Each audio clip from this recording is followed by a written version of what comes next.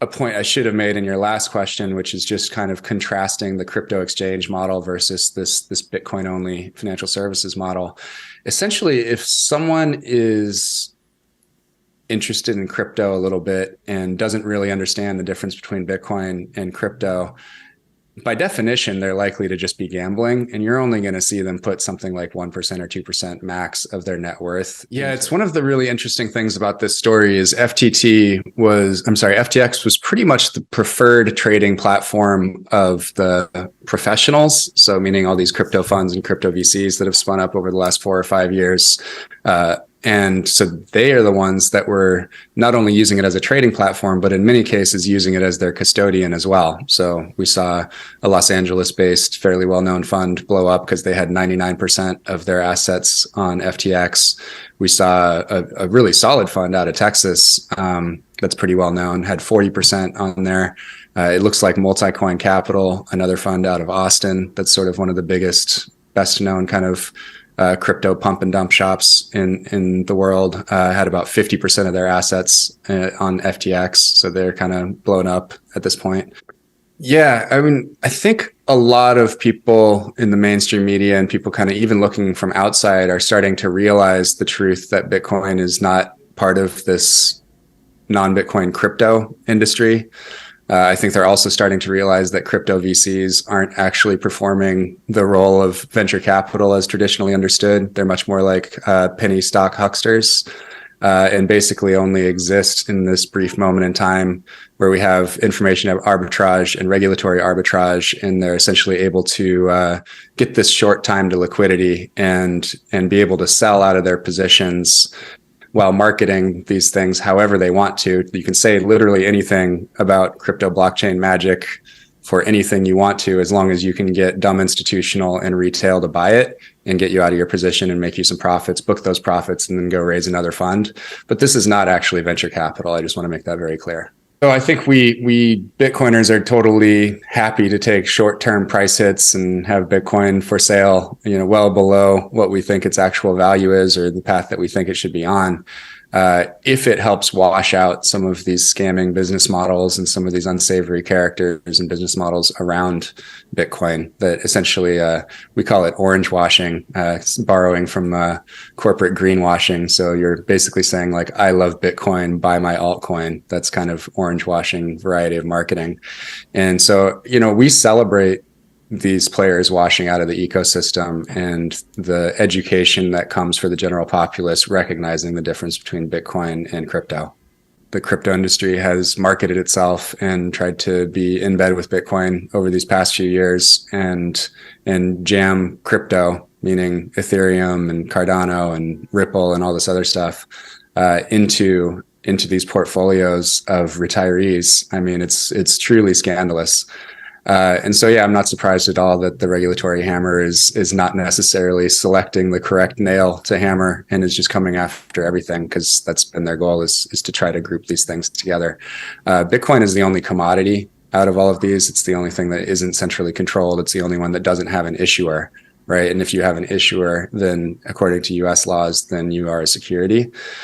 So what's really interesting, so we'll see what happens with this legislation, and I'm pretty hopeful that there's actually enough representatives and senators in activity that's Bitcoin only at this point, especially after the infrastructure bill, when the Bitcoiners realized that the crypto lobbying groups didn't have Bitcoin's interests in mind. And so a bunch of new lobbying groups that are Bitcoin only spun up in 2021 after the infrastructure bill fight. So I think we actually have enough voice in Congress to be able to make the case and separate Bitcoin from all the cryptos. What's more interesting here, I think, is this long arc of the last couple of years with a very concerted effort from the largest players in non-Bitcoin crypto. So this would be Coinbase, this would be the Ethereum Foundation, Consensus, Paradigm, which is Fred Ehrsam's fund that's the co-founder of Coinbase, and Andreessen Horowitz in particular, spending so much time in DC and frankly, allowing Sam Bankman-Fried to do the lion's share of the talking because he seemed like the right poster boy. He showed well on TV. He did these meetings. He's the MIT guy. His parents are, compliance-focused Stanford law professors. They give hundreds of millions of dollars or raise hundreds of million dollars for political action committees. He was a huge donor, obviously, in the last election cycle and the current midterm election cycle. So essentially, the whole non-Bitcoin crypto industry kind of let him take the forefront. And the goal of all of these players on the non-Bitcoin crypto side is to wrest oversight of crypto away from the SEC and put it with the CFTC. That's been their goal all along. And so the carrot that's been dangled in front of the CFTC is, hey, wink, wink, regulate us with a light hand, and you can charge us whatever fees you want. And you'll be super powerful and you'll be rich. Just please, please, please, please, please don't let the SEC apply the rules that are already on the books to our crypto securities. Bitcoin has been very clearly understood since 2014 as a commodity according to the CFTC and as property according to the IRS. That's not going to change anytime soon. And so I think you'll see reason win out in the end. There's a lot of work to do to help legislators understand the difference between Bitcoin and these cryptos and understand the difference when someone can issue and control the money supply of these altcoins and change the code whenever they want. It's something very, very different from Bitcoin, which is decentralized and immutable and has no owner. So I think you'll be able to make that case. It's already in the congressional record from a few years ago. One of the reps saying, so there's Bitcoin and there's, I won't swear, so I'll say, and shitcoin. So there's okay. Bitcoin and there's shitcoin. Right. So there are people that actually understand the difference in DC. And I think we just have to do a lot of work over the next few months on the Bitcoin side to separate the two in the minds of legislators. I mean, I can't really imagine any sort of, Rule 6102 from 1933, boots on necks confiscation. That would be a very different, dramatically tyrannical America. And I think we'd have a lot of other problems and some kind of revolt before you get to that point. So sort of the doom scenario, I don't actually see happening. So in my view, it's basically at the margins. I think you'll basically maybe see something come around about, it can't be in this type of account or that type of account. Or frankly, the wise thing to do for any state really would be to ban any of these pension funds from investing in these crypto venture funds. I mean, I don't think that teachers of Texas or, CalPERS participants really want to be involved in these scams. I really don't think that's what they want to do. And so I think LP pressure on the VC firms and saying, hey, Andreessen Horowitz, hey, Sequoia, we don't want to be in this business of scamming the heck out of people and ripping their faces off anymore and lying to them about crypto blockchain magic. I think that's going to be where the pressure comes from. And, it'd be great to see the market solve it that way and not have it to be at the regulatory level. But we'll see if people actually wake up and understand the scam that's been going on for the last 5 years. So Bitcoin is quite simply has the best characteristics of money, of any money that we've ever had as humans on this planet. So, and it's also very difficult to theorize how Bitcoin could actually be better money. And so the very likely outcome is that Bitcoin continues to grow in size and market cap and price and purchasing power over the decades and become global money. It will probably eventually, in the long run, replace the dollar. That could be many decades, could even be next century, but that's probably what's going to happen. And in the meantime, it will live as a strong global reserve asset. You'll probably see, in 10, 15, 20 years, you'll see two prices on goods and services. You'll see it, yuan and Satoshi's the unit of Bitcoin, the smallest unit of Bitcoin. You'll see dollars and Bitcoin prices, things like that, in the next few decades. That's very different from what's going on in the altcoin space. None of these altcoins can become money. They all have issuers. They all have unfair, unjust distribution, and again, are controlled by small groups of people. Unlike Bitcoin. I mean, if you were to tell me that all of the things that have happened in the last few weeks was going to still leave Bitcoin in the high teens, as far as, $16,000, $17,000 per coin, I would be just elated. You would think that it would go way, way worse than this, given the giant hole blown in these balance sheets, the uncertainty about one of the biggest players in the space, DCG and Genesis. So I think this is really showing that there is a floor.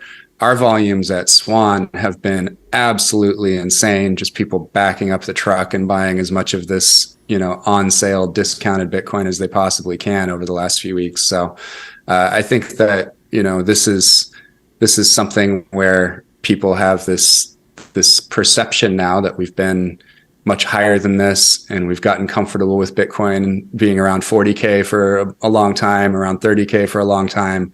When you see a 1 in front of Bitcoin in the 5 digits at this point, it looks really cheap to me.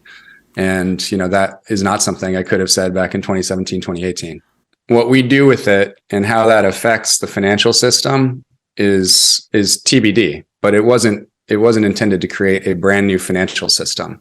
It'll integrate into the financial system. This was written about at length by Satoshi back in 2009, 2010, and Hal Finney as well. Just thinking about how some new institutions would get created, but also how Bitcoin as better money would get integrated into the existing financial system. So it's really just a marketing trick of the crypto people to say that we actually need decentralized finance. It's nice to experiment, and maybe there'll be some cool things that are sort of incremental improvements to financial IT or Rails or something like that, but it's absolutely not required for Bitcoin to eat a massive chunk of the global market for store of value, which is about $500 trillion. It's still really hard for me to believe that you would see Bitcoin go below like 13,800, which was the weekly close back in December of 2017, and the high in June of 2019. If you remember, there was kind of like a spring summer mini bull market back in 2019. So this seems like there's kind of a lot of volume traded right around there historically, and a lot of people would just kind of, forget about back up the truck, like sell the house and buy if Bitcoin goes below 15. So a point I should have made in your last question, which is just kind of contrasting the crypto exchange model versus this Bitcoin only financial services model. Essentially, if someone is interested in crypto a little bit and doesn't really understand the difference between Bitcoin and crypto, by definition, they're likely to just be gambling, and you're only going to see them put something like 1% or 2% max of their net worth into this industry or into this portfolio slot. What you get with people who really understand Bitcoin deeply, you want to buy what they gain conviction. You're going much, much deeper into the wallet. So you have people that are going, 20%, 50%, maybe even just living on Bitcoin in many cases, and just taking their paycheck in Bitcoin, and they've converted everything to Bitcoin. I don't recommend that for most people. It'd be somebody that really, really has a lot of conviction. Dollars have lost 90% of their purchasing power since 1950 as politicians printed more of them. Bitcoin's fixed supply makes it the best way to save your money for the long term. Fair enough, but in 2022, so far, we've experienced inflation at 40-year highs, and Bitcoin has not done very well as a hedge against inflation. It's fallen 66%. Gold, which is considered another long-term inflation hedge, has dropped by less than 5% over the year. It seems to be holding up better than other assets here. I don't necessarily want to go into a gold versus a Bitcoin debate with you here, but what makes you so convinced that Bitcoin in the long term will be a solid store of value asset? Yeah, so I pointed this out all along over the last couple of years and said that's a false narrative, and that's going to bite you in the butt if you're trying to claim that Bitcoin is some kind of short-term hedge against inflation. It's not mature yet. It doesn't have the market cap required to have less volatility. I think you'll see Bitcoin start to mature as a store of value. We're a nascent store of value today, a speculative store of value. This is people that believe that it will become a large store of value over time, but it's only when it's probably something like, well over $10 trillion market cap, maybe even over $20 trillion market cap, where you start to see some of that softening of volatility, where it actually becomes more accepted by everyone rather than just the true believers, I guess, as short-term savings, right? Where you can actually use it as a cash account. So it's just have some patience. This is a technological revolution on the order of steam power or mass production or the information revolution. It's going to take a few decades. It's demand driven. So this idea that was just kind of given the lie over the last decade, and there were a lot of people that didn't understand economics and monetary theory that thought that, you know, merchant adoption is what you had to drive, and then people would kind of adopt it and create this like circular economy. It actually does have to pass through store of value and become a widely accepted store of value before you're going to see a lot of people actually wanting to spend it. So I'm hopeful that there will be another large bull market in Bitcoin sometime in the next 5 years. And what you'll see is the people that had conviction and bought in size starting in 2016, 2017, 2018, that cohort, I believe, is probably, you know, 10 to 50 times larger than the number of people that were buying Bitcoin in size back in 2012, 13, 14. And what I think you'll see is that their demand for medium of exchange services will make that use case for Bitcoin explode in the second half of this decade. And that's why I personally, while I run Swan, which is mostly focused on store of value, we also have an R&D group, and we do a lot with the Lightning Network and kind of preparing our company for the future that will have Bitcoin as a medium of exchange. And then I also personally invest in a lot of medium of exchange companies around the world, because I think some of them will end up winning, and what they're building over the next few years will have a huge market in 2025, 2026 and beyond. It's been so weird, right? Like, you want to believe that it's a random walk, but all we've seen is these cycles where, you know, it had the all-time high in December 2013, and then December 2017, and then November of 2021. So, you know, are we going to keep on doing these 4-year cycles? I don't think that Bitcoin is going to be a mature store of value until we stop having these cycles, but it sure seems like we're gearing up for another one. I think you'll see, you know, the Fed loosening, and we'll get through and wash out everything that's gone on with tech stock speculation and over leverage in the system. And, you know, provided we don't have a correlation one moment and kind of blow up everything and fiat system completely collapses, if we can kick the can down the road again, it seems like at some point there will be another bull market in sort of all assets globally, and looser Fed policy and all of that. And when that happens sometime in the next few years, you know, that Bitcoin still today being a risk on asset in most portfolios that have the most money to put into something like Bitcoin, it seems like it'll just be along for the ride. In the end, though, it will separate. We'll zoom out and we'll say, oh, that was funny when Bitcoin was kind of correlated to the Qs for a couple of years, because it's just going to leave all these things behind. You recently tweeted a meme of SBF and Vitalik Buterin, the founder of Ethereum, and basically the meme calls Buterin the long con prince. So what do you mean by that? Yeah, so Ethereum is a long con. This thing is sort of broken theoretically from the beginning, trying to pack way too much functionality into a layer one protocol. Bitcoin is the internet of money. And so if you think about that being layer one, the Lightning Network being layer two, we'll see other layers develop on top of it. And that's how protocols and distributed network architecture actually works. And you talk to anybody that runs large groups or large teams at, you know, Amazon, Google, Microsoft, whatever, they understand this, and you won't find an Ethereum fan in the bunch. Ethereum tried to create way too much functionality at the base layer. They had the perverse incentive of the more that the network got used, the more expensive it was to use, which meant that they couldn't remain on proof of work. And the only other option was to move to proof of stake. But proof of stake, all proof of stake networks are doomed from the start. They can't exist in the long run. They're inherently political. They're basically just fiat. So the rewards from running a node in proof of stake is basically if you have lots of money, you get more money, and you take that money from the people that are actually using the network.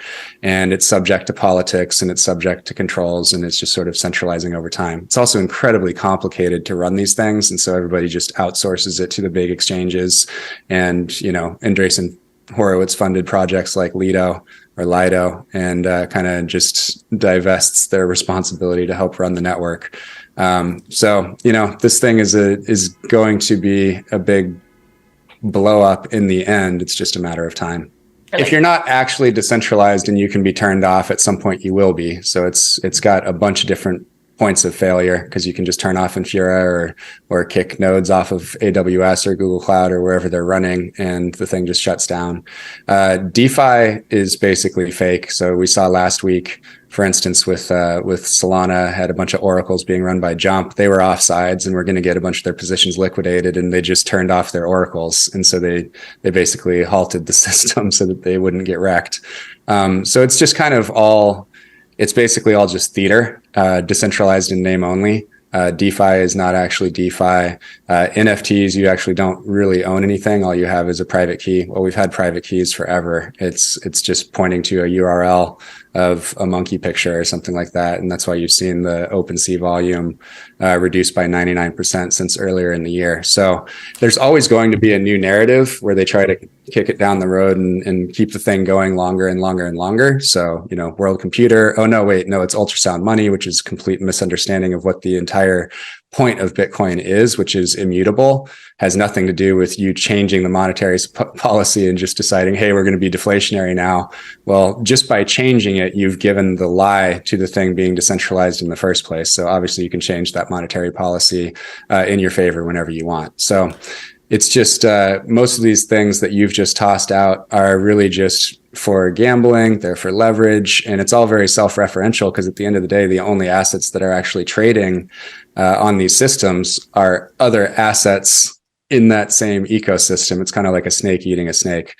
The worst thing about it, though, is versus say day trading stocks where maybe it's Pareto principle and 20% of people make the profits and take the money from the other 80%. And the stocks tend to go up over time, at least in US markets. In crypto, it's very different. So right off the bat, you have the insiders and the project teams taking 50% of the value. And then because there's so much information asymmetry, so many instances of the Jumps and the Alamedas or whatever having special access and special information and being able to hunt people's stops and things like that on these different unregulated exchanges, you're looking at something more like a power law distribution where 1% of people are actually ripping the faces off of 99%. And you're also only chasing 50% of the pie. So it's really an awful market to participate in unless you're an insider. And the reason that you see so much sort of outsized presence of crypto people in the media instead of Bitcoin people is because they can print their own money again during this brief window, just like online gambling and the odds before it got its head chopped off. You have this brief moment in time where there's information arbitrage, regulatory arbitrage, and they can print money out of thin air. They can market it without consequence, and they can dump it on retail and dumb institutional and get rich without ever delivering any product that has real world use and without having any revenue, no product market fit. And they can basically buy power and influence and spend money and name stadiums and go to DC and get on TV. And Bitcoin is nothing like that. There are very few people that can actually get slots in the New York Times or go on CNBC. We have like 5 or 10 people that can actually get in the media. But Cory, the only one that can survive and remain decentralized is Bitcoin. Everything else is already centrally controlled and is very fragile and sort of easy to turn off or influence. I think you've already seen that with Ethereum since they moved to proof of stake, where I think 75% of the mining right now is OFAC compliant. So they're basically blocking transactions with almost the entire network at this point. I think there is plenty of interesting experimentation going on whenever you get smart computer scientists and a bunch of money going and they get in a room. Like a lot of times good things come out of that and it can be fun. And I think it's totally fine for these projects to try to experiment with things that work today. The point is that platform is going to get ripped out from under you at some point in the future. So if you have a good idea and you've been building something on one of these altcoin protocols and it's working fine, you may even have some revenue or be doing something interesting, that protocol will be gone at some point. And if you want something that's actually decentralized, you'll move it over to Bitcoin eventually. To survive, Vitalik, Joe Lubin, Consensus, Ethereum Foundation, they need to seek deliberately to be co-opted by the government and by banks and to become basically part of the existing system and to operate as much as possible, try to influence things contra Bitcoin and try to provide an outlet for statists essentially to fight against the rise of decentralized money. So I think that's probably the best way. If you're thinking of like a strategy for Ethereum to survive longer, it would be to just seek to be co-opted by the existing system, because it stands zero chance against Bitcoin in free markets. And so this idea of winning the adoption race, so this is getting to that intransigent minority of 3 to 4% of the US population actually owning a good chunk of Bitcoin and actually understanding it, being willing to argue for it, go to town halls, things like that. That's why we talk about 10 million Bitcoiners in the United States.